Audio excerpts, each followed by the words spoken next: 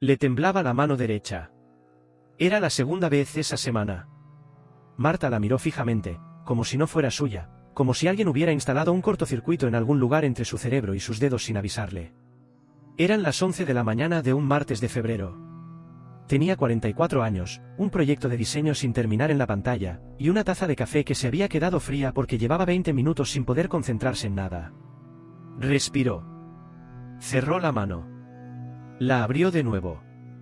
Todo parecía funcionar. Será el estrés, pensó. Y volvió a mirar la pantalla. Lo que Marta no sabía en ese momento es que llevaba más de un año ignorando las señales.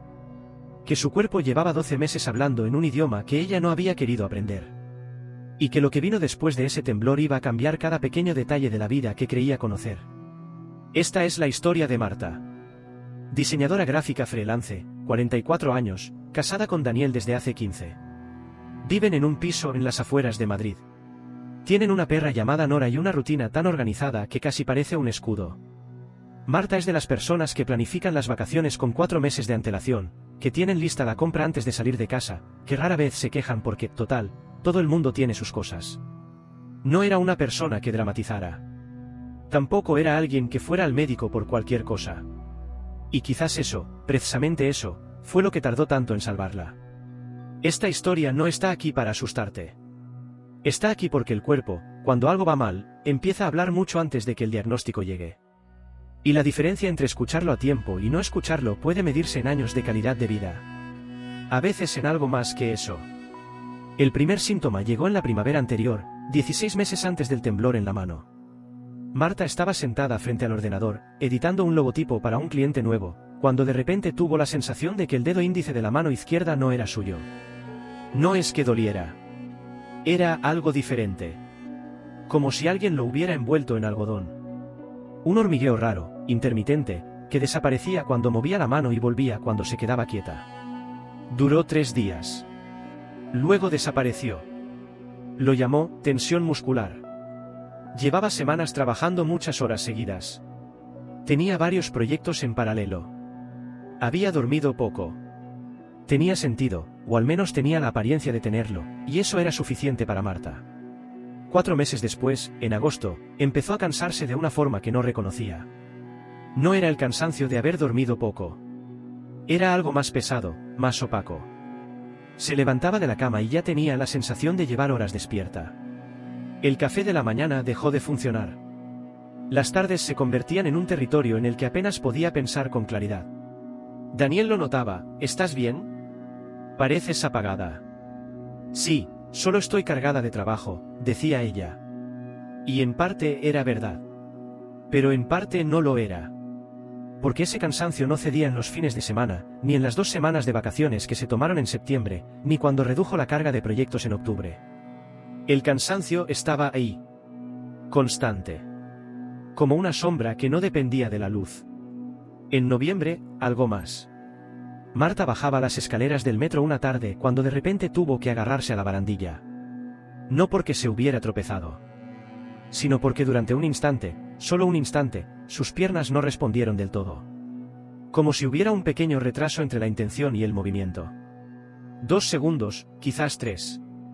Luego todo volvió a ser normal. Me he debido quedar dormida de pie, bromeó ella misma en voz baja. Continuó caminando. No le dijo nada a Daniel. Fue en enero, casi un año después del primer hormigueo, cuando Marta decidió ir al médico de cabecera. No porque los síntomas fueran insoportables, sino porque había empezado a tener episodios de visión borrosa que la asustaban un poco más que el resto. Duraban poco, apenas unos minutos, pero eran suficientemente frecuentes como para que ya no pudiera ignorarlos. El médico la escuchó. Le hizo algunas preguntas sobre su estilo de vida, su trabajo, sus niveles de estrés. Le tomó la tensión, le revisó los reflejos. Todo parecía normal. Marta, trabajas muchas horas frente a pantallas, tienes una carga de trabajo alta y llevas meses con poca descanso. El cansancio extremo puede causar muchos de estos síntomas. El ojo también se resiente cuando uno lleva demasiadas horas mirando una pantalla. Te voy a pedir unos análisis de sangre básicos y si quieres te mando al oftalmólogo para que te revise la vista. Pero mi impresión es que lo que tienes es agotamiento. Los análisis salieron bien.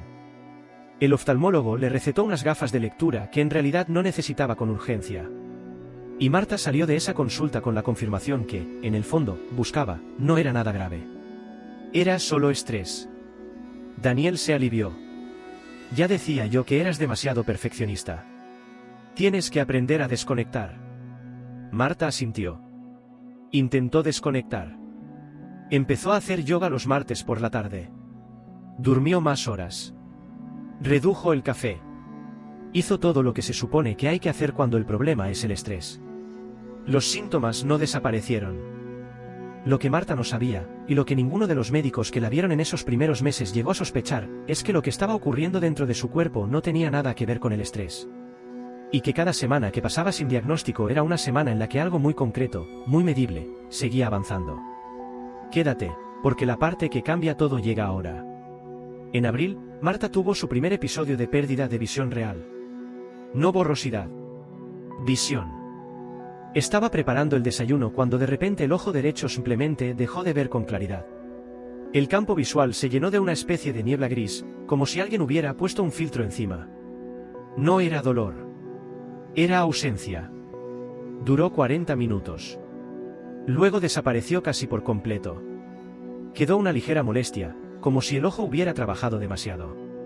Esta vez sí fue directamente al médico. Y esta vez el médico le dijo algo diferente: esto lo tiene que ver un neurólogo. Le hizo una derivación urgente. Marta salió de la consulta con el corazón en la garganta por primera vez desde que todo esto había empezado. Algo en la palabra neurólogo cambiaba el tono de todo. La neuróloga que la atendió 2 semanas después se llamaba doctora Ruiz. Marta la describió más tarde como la primera persona que me miró como si lo que yo decía fuera importante. La doctora escuchó cada síntoma. Los anotó todos. Le preguntó por la cronología exacta, cuándo había empezado el hormigueo, cuándo el cansancio, cuándo los problemas de equilibrio. Marta tuvo que reconstruir el año entero de memoria, y mientras hablaba se dio cuenta de algo que hasta entonces no había visto: los síntomas nunca habían desaparecido del todo. Solo habían tenido treguas. Marta, quiero pedirle algunas pruebas. Una resonancia magnética de cabeza y columna, y una analítica más específica. Puede que no sea nada preocupante, pero hay cosas que necesito descartar. Descartar. Esa palabra puede sonar tranquilizadora cuando el médico la usa. Pero Marta la escuchó como lo que era: hay algo que sospechar. Esa noche, cuando llegó a casa, Daniel estaba preparando la cena. Marta se sentó en la silla de la cocina y no dijo nada durante un momento. ¿Qué ha dicho? Daniel se giró. Ella levantó la vista. Que hay cosas que descartar. Él apagó el fuego y se sentó a su lado. Ninguno de los dos habló durante un rato. Las semanas entre la primera consulta con la neuróloga y la resonancia fueron las más largas de la vida de Marta. No porque los síntomas se dispararan, aunque lo hicieron, sino porque por primera vez desde que todo había empezado, no podía no pensar en ello. En mayo tuvo 3 episodios de hormigueo en el brazo izquierdo en la misma semana. También empezó a notar algo en las piernas al caminar, una sensación de peso, de ligera rigidez, que se hacía más evidente cuando llevaba rato de pie o cuando hacía calor. El calor era lo peor. En los días de temperatura alta, todo empeoraba. Se sentía como si el cuerpo bajara la guardia cuando subían los grados. Su amiga Clara, con quien quedaba a tomar algo cada 2 semanas, se lo dijo sin rodeos un jueves de mayo: Marta, llevas meses que no pareces tú. ¿Qué te está pasando de verdad? Marta le contó todo por primera vez, sin quitarle hierro, sin el filtro de «es el estrés». Clara la escuchó en silencio. Al final dijo: bien que hayas ido al neurólogo. Bien hecho. Esa noche, Marta buscó en internet lo que la neuróloga podría estar intentando descartar. Era tarde. Daniel ya dormía. Ella estaba sola con la pantalla y una lista de posibilidades que prefería no leer pero que no podía dejar de mirar. Uno de los nombres que aparecía una y otra vez en relación a sus síntomas era el de una enfermedad que ella conocía de oídas, pero que nunca había imaginado que podría tener algo que ver con ella. Cerró el ordenador. Apagó la luz. Se quedó mirando el techo. La resonancia magnética se hizo un miércoles. Los resultados tardaron 10 días. Marta no recordaría casi nada de esas 2 semanas después.